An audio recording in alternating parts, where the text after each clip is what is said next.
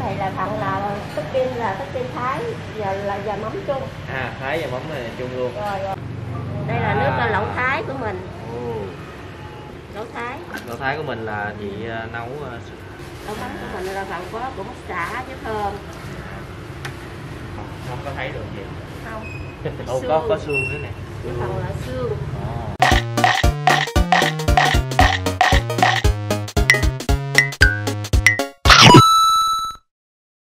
Chào mọi người, hiện tại là bây giờ là 4 giờ chiều. Mình đang chạy ra quận 3. Đường này là đường Mạc Đỉnh Chi. Giờ là sẽ quẹo Nguyễn Đình Chiểu nha. Quẹo Mạc Đỉnh Chi nào. Ồ, quẹo Nguyễn Đình Chiểu.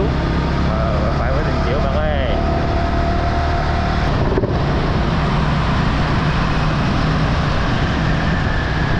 Đây, chúng ta quẹo phải nha mọi người. 135, 134.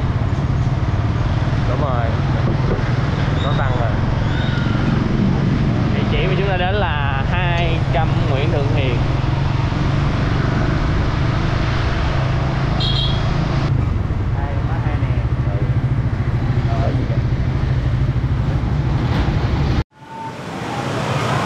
Dạ.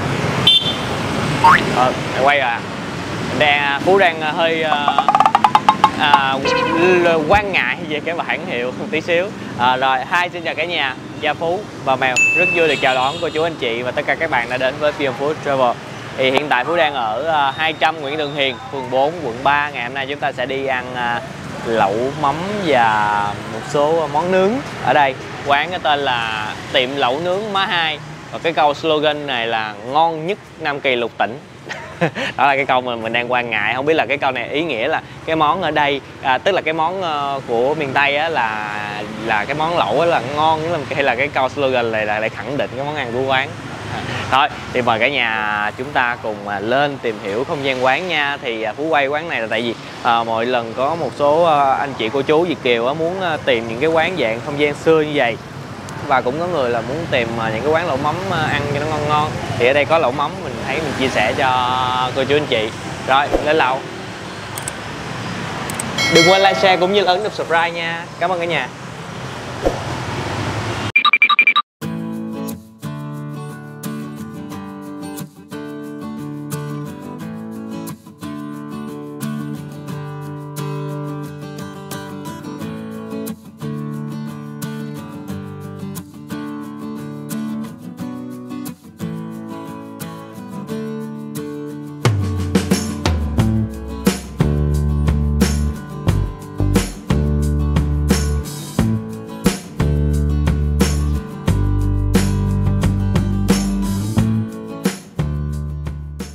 Rồi, định đi lên không gian nhưng mà để xe thì Phú thấy là chị đang chuẩn bị ở đây nè. Ủa chị cái này là đang chuẩn bị cho cái gì vậy chị? Cái này là bún, đây là ăn lẩu thôi. Dạ. Rồi cái này là salad ăn đồ nướng. Cái này salad ăn đồ nướng. Ăn đồ nướng. Rồi còn đây là rau, đây là rau ăn lẩu Thái. Lẩu Thái. Còn đây là lẩu mắm. Lẩu mắm. Rồi cái này là phần là topping Thái, giờ mắm chung. Thái và mắm này là chung luôn. Rồi có cái là gì với gì chị? Đây là vừa có cá, là mực, bò, tôm. Cá gì? Cá ba sa. Cá ba sa. Rồi. Tôm tươi luôn nè. Tôm tươi. Rồi chị bọc luôn đi, thấy mất công gián đoạn công việc của chị. Rồi.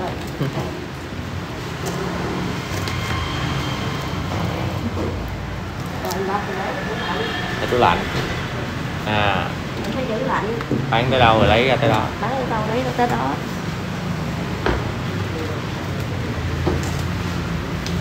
Nhớ như là lẩu mình là 165.000 đúng không chị? 165.000 em. Dạ.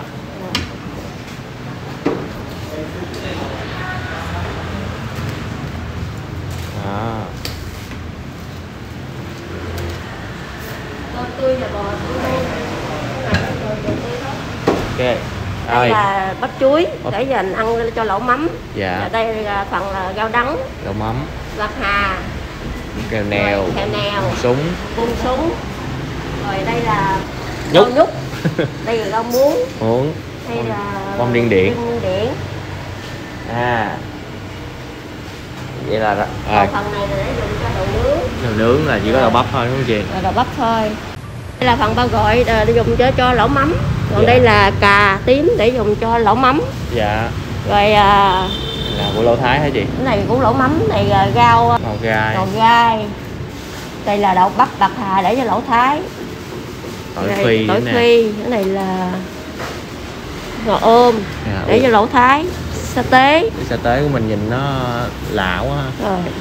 Nó nhìn nó đỏ mọi người. Ngon. Đây là phần nước lẩu mắm. Ở đây ăn thì sẽ bằng cái nồi đất nè mọi người. Giữ nóng lâu. Cái nồi đất. Cái nào lẩu Thái gì? Cái này là lẩu Thái. Đây. Lẩu Thái. Còn đây là lẩu mắm.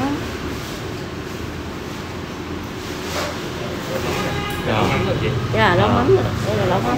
Dạ. Có cà tím là lẩu mắm đó. Nói chung là lẩu mắm là nó với món bún mắm nó hao hao đó. Nó giống nhau đó.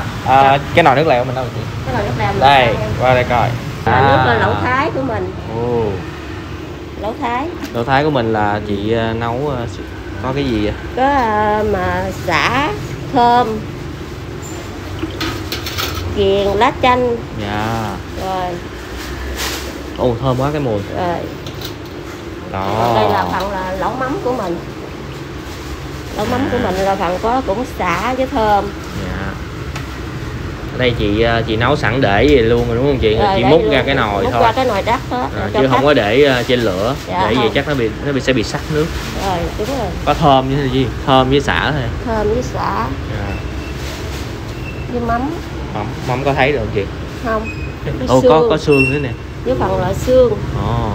Mình xài xương ống hay sao? Xương ống không? Mình xài bằng xương ống. Dạ. Rồi. Có cái món ở đây có món vú heo nữa mọi người. Vú heo. Chị đang chuẩn bị nè, mình coi luôn. Heo nóng luôn hả chị? Nóng luôn em. Sao phải ướp đá trước vậy hả chị? Ướp đá cho nó tươi em ơi. Ướp đá giữ cho tươi. Giữ cho tươi. Xong rồi cắt rồi cũng ướp đá tiếp. Cắt rồi ướp đá tiếp.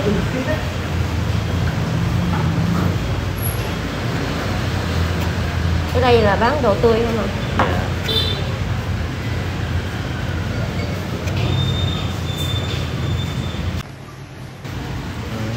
Nghe vú heo đây là nướng chao mà. Đây là nướng chao.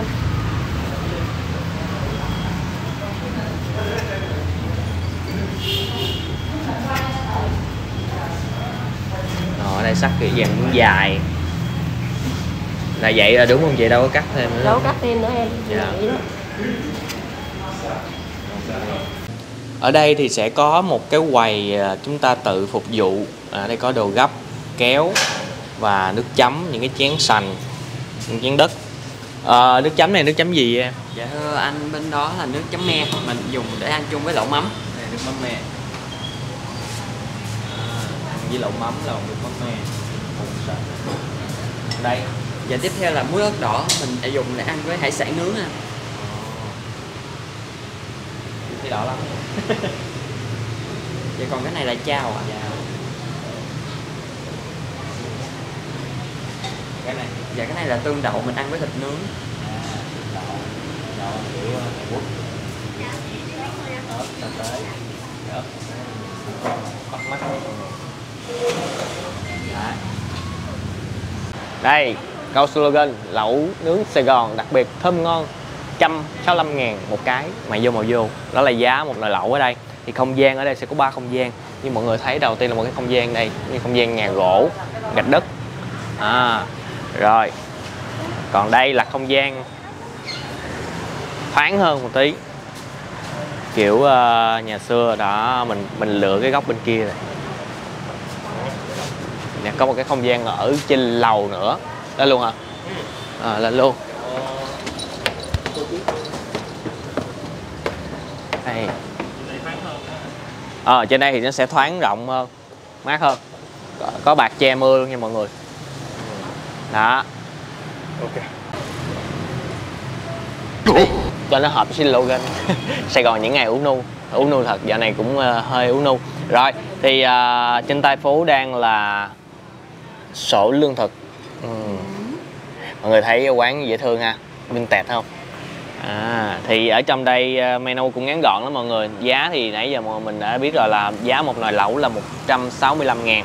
Thì ăn thêm những cái đồ hải sản á, thì là 50. Còn cá với bò thì chỉ 40 thôi. Rau thì 25. Còn là một cái topping thập cẩm là 80. Ở đây chỉ có là lẩu mắm, lẩu thái lại mở ngoặt là lẩu thái Simla nha. Rồi đồ nướng thì có tôm, ba rọi, xương bò chìa. Mình sẽ gọi một số món: vú heo nướng chao 90.000. Nướng thịt nhớ nướng chín dừa, lỡ tay nó cháy, bay chừa khỏi ăn. Đây là những lời má đang dạy, lời của má Hai đang ghi đây. Trà tắc nước thì từ 15.000. Và đặc biệt là tới đây mọi người sẽ được một cái bình trà tắc uống thử lúc đầu. Bắt đầu bình thứ hai mình tính tiền nha. Mà cứ uống mạnh dạng ly lúc đầu đi nha, rồi mình kêu thêm bình nữa. Ok bạn. Gọi món. Ok, mình ăn đồ nướng trước rồi mình ăn lẩu nha mọi người. Đồ nướng ở đây sẽ không bao kèm rau. Thì chúng ta muốn ăn rau thêm, chúng ta kêu một cái phần như vậy, 15.000. Có cà rốt, đó, xoài, dưa leo, kim chi và salad. Phần tôm này là tôm sốt tiêu đen, 90.000 cho 6 con. Thì đồ nướng ở đây thì giá nó sẽ hơi cao. Phần vú này cũng 90.000.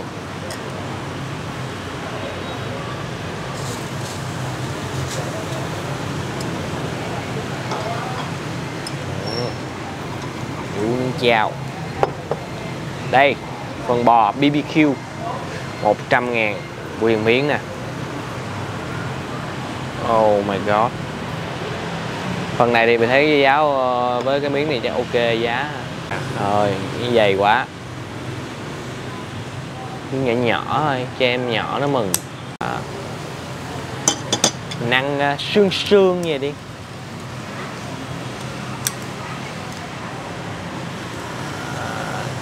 Đây nướng lò than.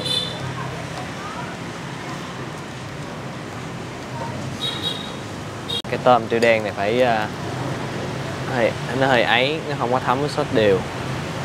Mình chắc thêm miếng. Cái gì vậy bạn? Chế cái tương vô mà. Đó.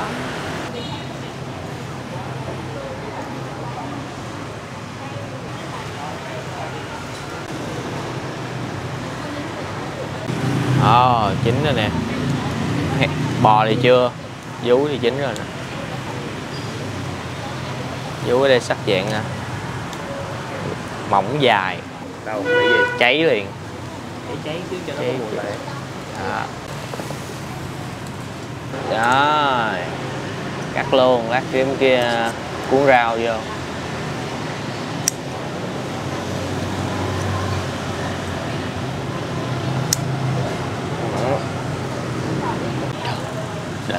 Hơn bữa nay không có mưa mọi người, hồi sớm là bị mưa nhẹ.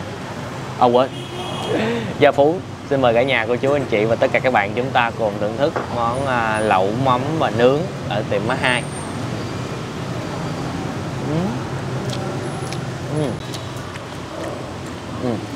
Vú ở đây á mọi người, mà thấy ướp cái chao cũng đậm vị á, mà ăn lại đã có vị chao chao ớt.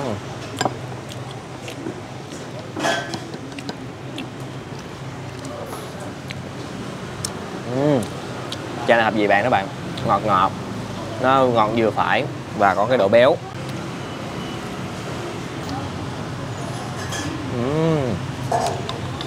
Cho mình cuốn miếng với cái vú nha. Bếp này nướng cũng chín mau mọi người. Cái miếng salad hơi nhỏ, cái tay này dạ vô đi bạn.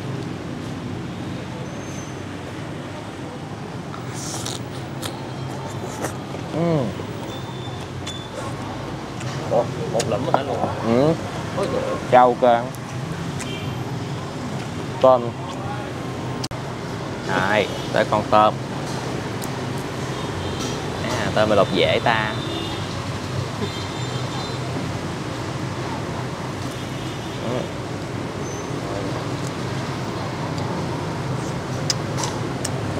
Thực ra tôi thấy cái tôm mà mấy cái sốt á nó khó thấm mọi người, tại vì có cái vỏ nó trơn á, nó không có thấm được nhiều. Đây là cái muối ớt đỏ.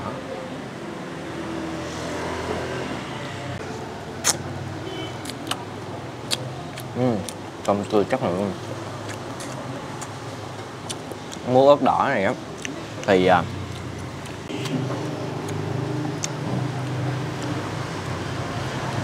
ngọt chua, cái vị muối nó không có bị nhiều, thơm. Tôm thêm con luôn nha bạn. Con thứ hai đó, mọi người thấy tôm tươi không, gạch nè, gạch đỏ ao. Bỏ thêm ớt nha, cái nước này là cái muối ớt này nó chưa cay lắm.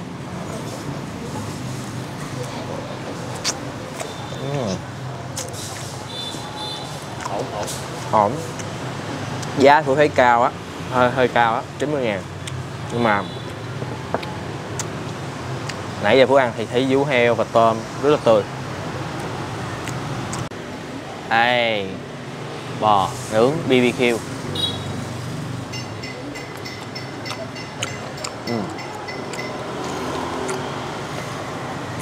Bò ăn ok á. Nhưng mà như mọi người thấy cái sốt nè, cái sốt này nó hơi nhạt, không có thấm, nó chưa thấm hoàn toàn cái miếng bò.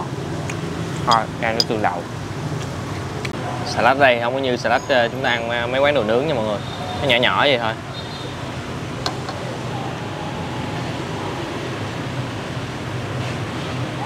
Kẹp đủ miếng thịt.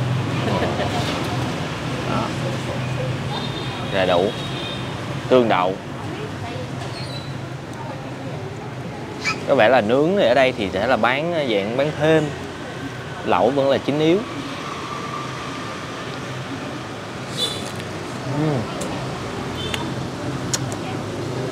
Tương đậu ngon.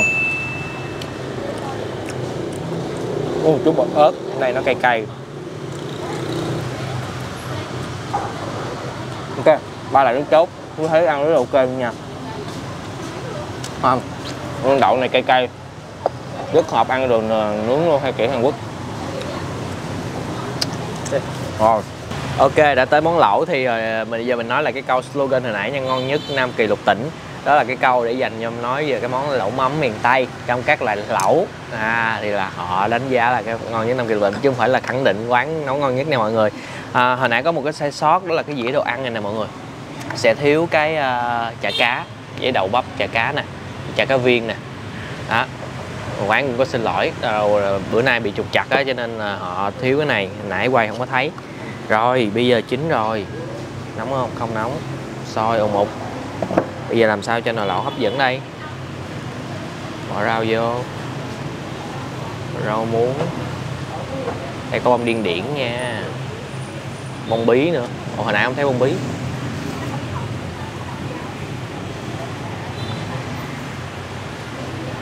Rồi bỏ làm sao để cho chụp cái nồi cho nó đẹp.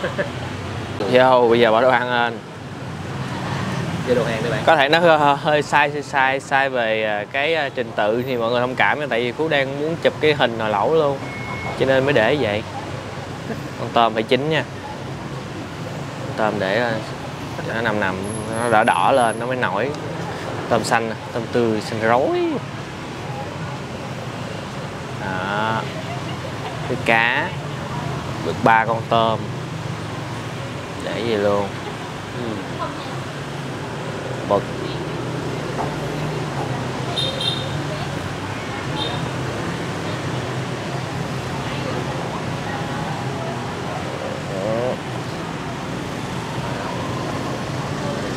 Xếp đồ này hơi lâu rồi đấy. Thì vậy thôi, còn bạn muốn cắt máy lúc nào bạn cắt. Bò. Cho hơi bò vô các bạn. Rồi. Vô. Đây, mùi thơm đậm đà ngất ngây của lẩu mắm. Giờ Phú sẽ vớt cho hết nha. Nước tràn bờ đê. Ôi nước tràn bờ đê, hải sản khắp một nồi luôn. Ồ, chà, cái dĩa này không có đủ.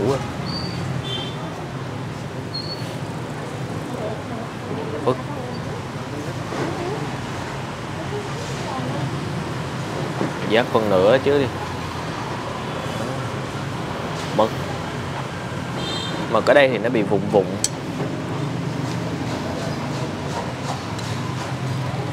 Ủa, này còn cái gì nữa ta?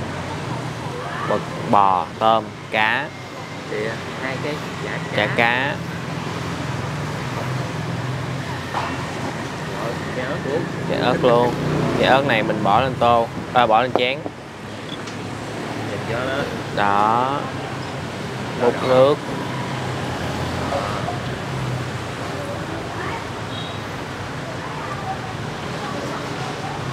Bún mắm, lẩu mắm. Món này xuất phát từ người Khmer nha mọi người. Xong rồi qua Việt Nam thì chúng ta phối nó lại theo một cách riêng, trở thành đặc sản. Theo như mà Phú tìm hiểu thì coi như là mắm mà ngon nhất là ở Châu Đốc, là An Giang. Đó. Ok. Mọi người thử cái nước lèo trước nha. Đó. Cái màu nó sậm ha. Thơm. Thật sự khi không biết là nói chung là cơ duyên sao, nói chung là trời xui đất khiến cứ bị dính, dạo này lại bị dính vào những cái món bún mắm lẩu mắm. Làm như ghét của nào chạy ra của đó.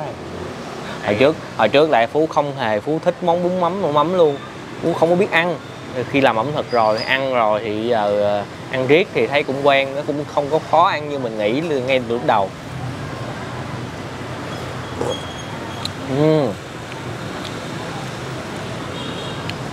Cái nước ở đây ngọt, nó đậm đà lắm. Mà trong cái nước á mọi người, nó có cái bột dạng, cảm giác được những cái lợn cợn của cá mọi người. Mặn mặn ngọt ngọt, ở hậu rất là đậm đà.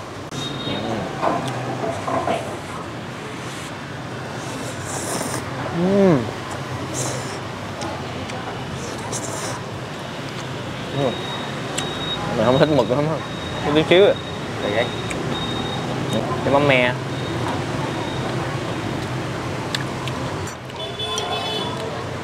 Thấy vị chua mấy nhiều, không có cảm nhận được cái mùi thơm của cái me.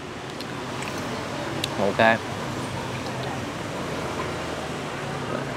Bò.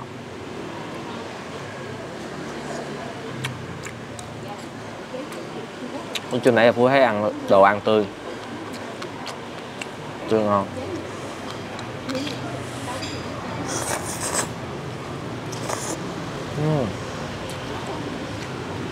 Có ăn thích ăn.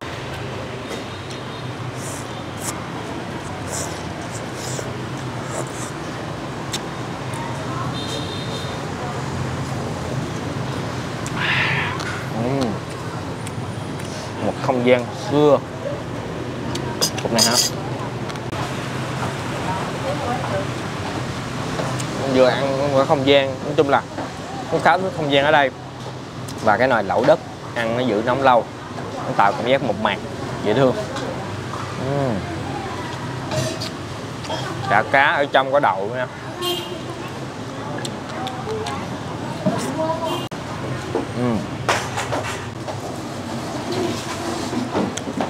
Cái chả cá này viên nè, nó không có bị nó không có dạng dai.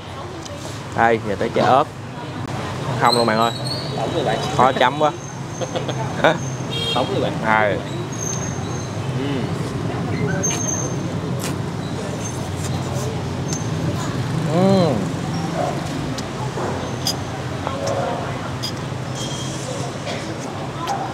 Nóng thì cay. Nóng. Chả cá quết nó dai, ăn nó sẽ đã hơn. Nó không có dai.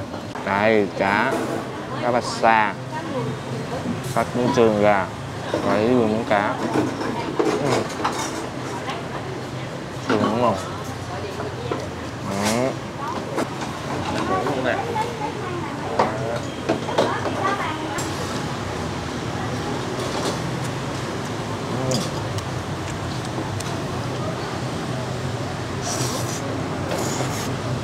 Rồi, cho nồi lẩu thêm hấp dẫn. Ôi kìa. Có này không ta? Đó, vừa thôi.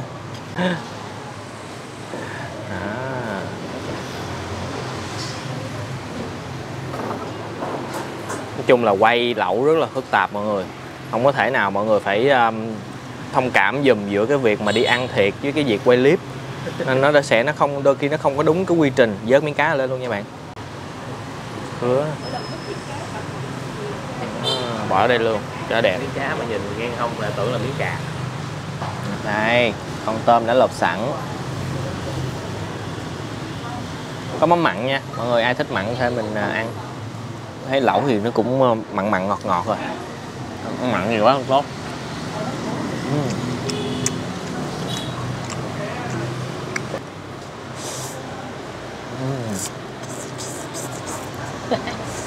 Nóng đúng không bạn?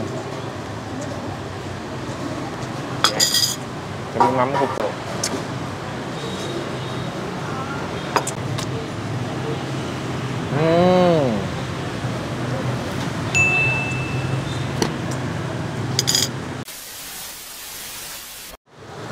Lẩu nướng má hai hương mời. Những cái câu văn nãy giờ tôi thấy nó rất là gần gũi bình dị, đọc nghe mình thấy thương, tại sao mà mình không đến thử thì mọi người có thể thấy đó, gần như là ở Sài Gòn chúng ta các món vùng miền coi như là tập trung ở trong Sài Gòn hết. Cho bây giờ đôi khi chúng ta vì công việc rồi không có thời gian để mà đi du lịch những nơi xa, thì có những cái quán đặc sản như vậy thì mọi người cũng thể dễ đến thưởng thức hơn để chúng ta có thể trải nghiệm cái món ăn vùng miền đó. Rồi đánh giá tổng quan thì ngày nay là không gian Phú thấy rất là thích. Thì nếu mà ăn vào cái giấc mà tầm 4 giờ mấy 5 giờ thì có thể nó sẽ hơi nóng á, tại bữa nay không có gió. Phú ngồi đây thì có 2 cái quạt máy thôi, nó sẽ hơi nóng, nhưng mà muốn mát thì chắc mọi người ở ngồi phía trên. Đồ ăn ở đây thì rất là tươi, nước sốt cũng chấm rất là ngon. Chỉ có là cái giá thì chúng ta không bàn cãi đi ha. Cái giá thì tùy mỗi khu vực nó sẽ có cái giá khác nhau, thì mọi người từ cảm nhận và ai đã từng thưởng thức ở đây thì cho mình bình luận ở phía dưới.